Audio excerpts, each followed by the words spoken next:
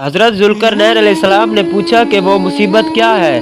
वो बोले, याजूज मजूज एक कौम है जो ज़मीन में फसाद मचा रही है, आप हमें उससे बचा लें।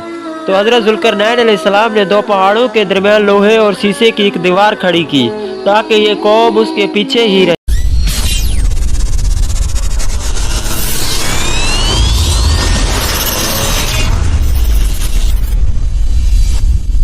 बिस्मिल्लाहिर्रहमानिर्रहीम।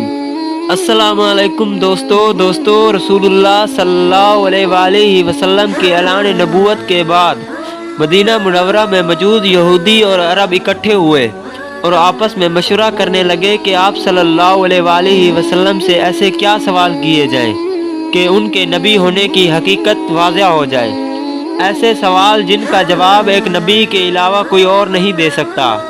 लिहाजा कुछ लोग आप सल्लल्लाहु अलैहि वसल्लम की खिदमत में हाजिर होकर आप सल्लल्लाहु अलैहि वसल्लम से कुछ सवाल करते हैं, जिनमें से एक सवाल ये है कि वो कौन सा शख्स था जो दुनिया के 3 कोनों पर गया। अल्लाह ताला ने अपने महबूब को इसका जवाब सूरह काफ में दिया।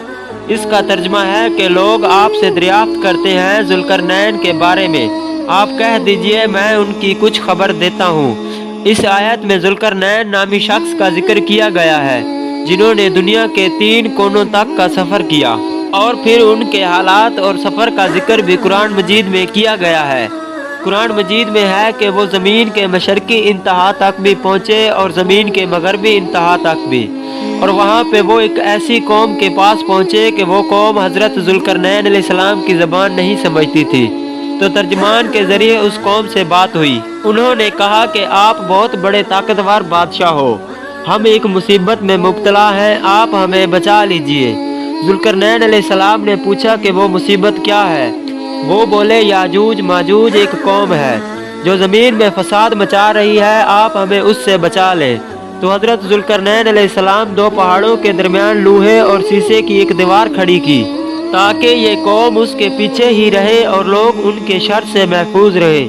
कुरान मजीद में 2 जगहों पर याजूज मजूज का जिक्र किया गया है।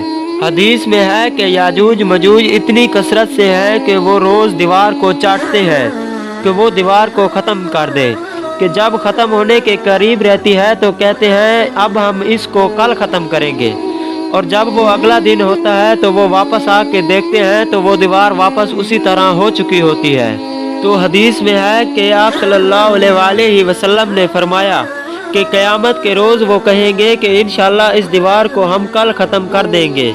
याजूज माजूज मुसलमान नहीं है, इंशाअल्लाह कहेंगे तो दीवार अगले दिन ख़त्म हो जाएगी। कुरान मजीद में है कि वो फिर ज़मीन में फैल जाएंगे और उनकी तादाद बहुत ज़्यादा होगी।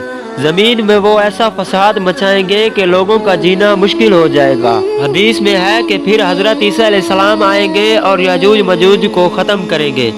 हज़रत ईसा अलैहिस्सलाम और याजूज मजूज की आपस में लड़ाई होगी, और फिर हज़रत ईसा अलैहिस्सलाम उनके लिए अल्लाह ताला से बद्दुआ करेंगे, और जब वो मर जाएंगे तो ज़मीन में इतनी ज़्यादा लाशें होंगी, उनकी लाशों की कसरत की वजह से ज़मीन में बदबू फैल जाएगी। इतनी ज़्यादा लाशों को ठिकाने लगाना किसी के बस में नहीं होगा।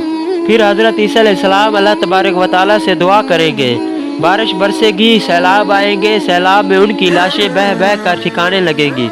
इसके बाद दुनिया में कुफर का खात्मा हो जाएगा।